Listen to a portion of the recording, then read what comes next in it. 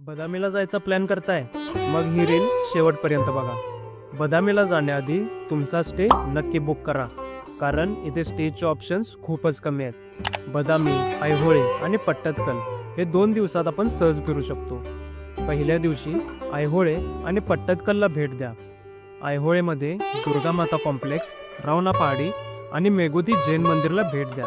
पट्टदकल हे युनेस्को जागतिक वारसा स्थळ आहे, जिथे चालुक्यांच्या समृद्ध स्थापत्य शैलीचे दर्शन होते. पट्टदकलमध्ये 10 प्रमुख मंदिरं आहेत, जी द्रविड, आर्य आणि मिश्र शैलीचे संगम आहे. दुसऱ्या दिवशी बदामीच्या 4 गुफा मंदिरांची सफर करा.